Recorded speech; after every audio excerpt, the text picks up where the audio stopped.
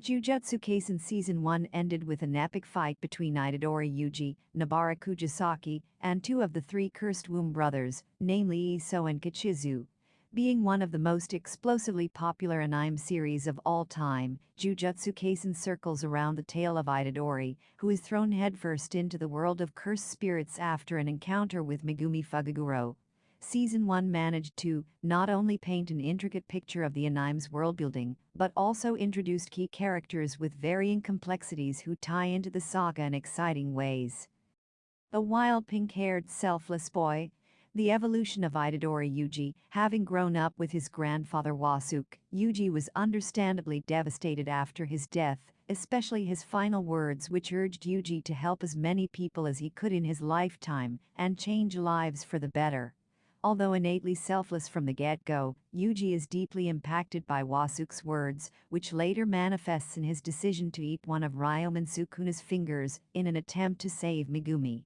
After the Demon King Sukuna takes over Yuji's body, using it as a vessel, the latter starts attending Tokyo Jujutsu High under the mentorship of jujutsu sorcerers of the likes of Goho Satoru, Nanami Kento, and Maki Zenin.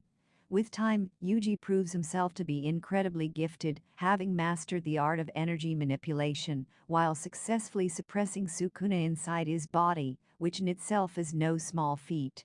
In terms of powers and techniques, Yuji, owing to Sukuna's presence inside him, is a masterful generator of great cursed energy, as he demonstrates formidable control over its usage. Combined with his superhuman strength, martial arts skills, and agility, Yuji can reinforce his strikes during battles, as seen in the epic showdown between Mahito, Yuji, and Nanami. Interestingly, he is also one of the few jujutsu sorcerers who can use Black Flash at will, essentially a special jujutsu attack.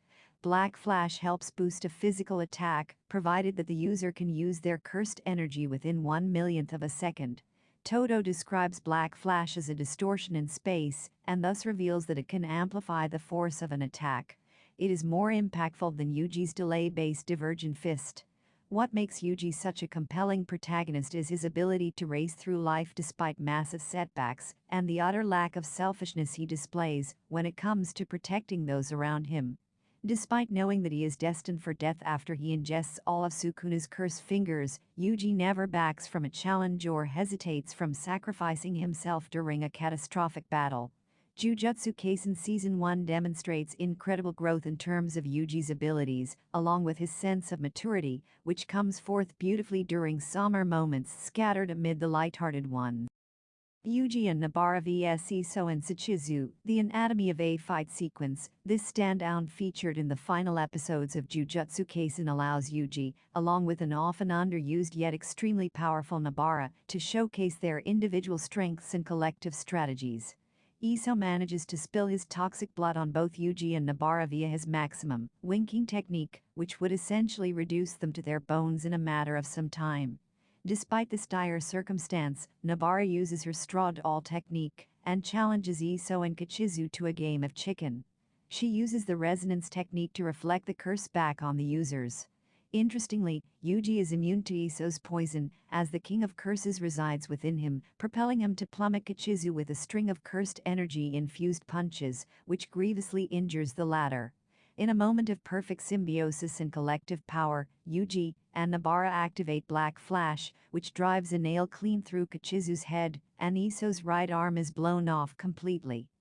Pain, sacrifice, and revenge. What Season 2 of Jujutsu Kaisen could entail?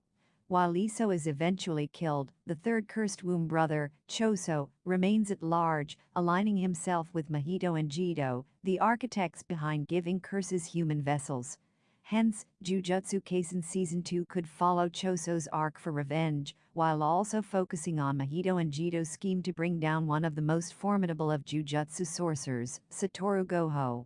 On the other hand, the end of Season 1 also features a battle between Megumi and the Finger Bearer, against whom he can successfully win and recover one of Sukuna's fingers. While Megumi, Nobara, and Yuji plan to let Akari seal the cursed object, Sukuna gobbles the finger promptly. While this moment is presented as a moment of levity in the tense and exciting season finale, this act harkens to the advent of something more sinister in Season 2. Someday, Sukuna will have consumed every last of his cursed fingers, becoming powerful enough to create abject chaos in the known universe, hence setting the stage for a high-stakes narrative in Jujutsu Kaisen Season 2.